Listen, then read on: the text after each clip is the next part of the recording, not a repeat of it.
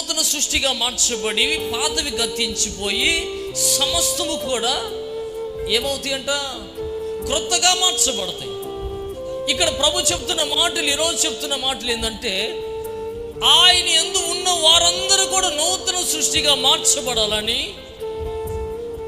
మీ జీవితంలో ఉన్న పాతవన్నీ గతించిపోయి సమస్తము కూడా ఎట్లాగంట నూతనమైనగా మార్చబడాలని ప్రభు ఆశపడుతున్నాడు. కానీ ఆయన యందు ఉన్నవారికే ఆ నూతన సృష్టి అనుగ్రహించబడదు. ఎవరికంట?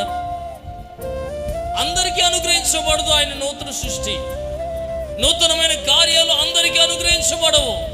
ఇక్కడ ప్రభు చెప్తున్న మాట ఏంటంటే, ఆయన యందు ఉన్న వారందరూ కూడా నూతన సృష్టిగా మార్చబడతారు. వారి జీవితంలో పాతవన్నీ గతించిపోయి సమస్తము కూడా నూతనమైన కార్యాలు ప్రభు వారి